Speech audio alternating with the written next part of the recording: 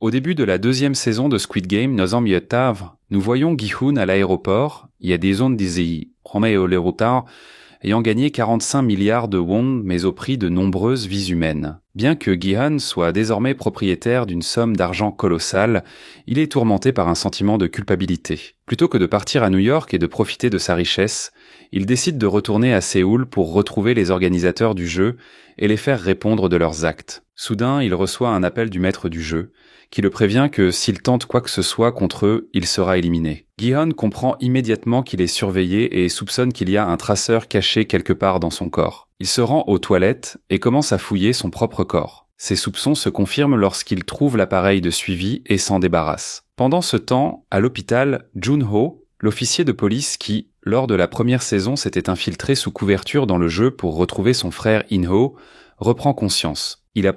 Elle a appris plus tard que son frère était celui portant le masque, dirigeant tout le jeu.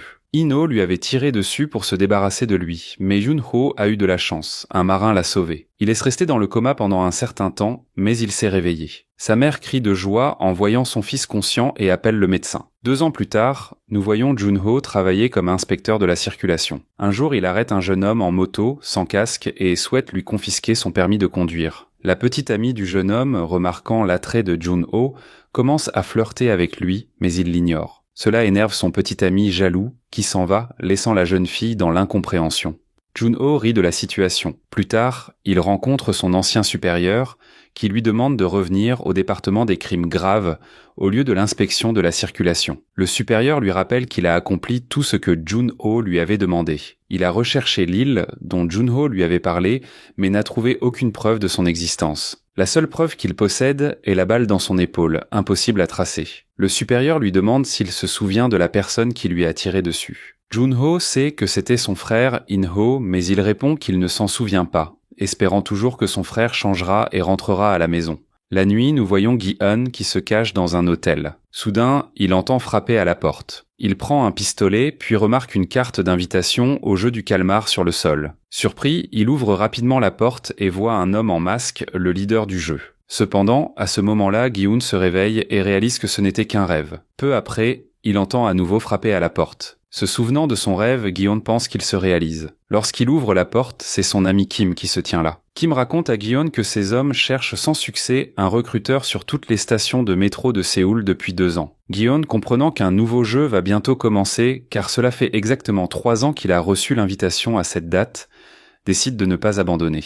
Il remet à Kim un sac d'argent et lui ordonne de continuer ses recherches. Gi-hun demande également à Kim d'embaucher toutes les personnes possibles et promet encore 1 milliard de won à celui qui trouvera le recruteur. Ji-hoon est convaincu que ce dernier est déjà en train de chercher de nouveaux participants. Plus tard, nous découvrons que Kim est le chef d'un groupe criminel. Il a accepté de chercher l'homme en costume non seulement en raison de l'argent promis, mais aussi parce que plusieurs de ses créanciers ont disparu soudainement. Kim soupçonne qu'il participe au jeu du calmar. Le lendemain, l'assistant de Kim, nommé Usok, montre aux criminels une statue d'un homme ressemblant au recruteur et leur demande de la photographier pour s'en souvenir. Ensuite, il divise les gens en groupes et les envoie dans différentes stations, stations de métro à Séoul. Pour les motiver, il promet un demi-million de dollars à celui qui trouvera la cible. Les hommes de Kim commencent à fouiller les stations, photographiant chaque personne suspecte et envoyant les images dans un chat commun.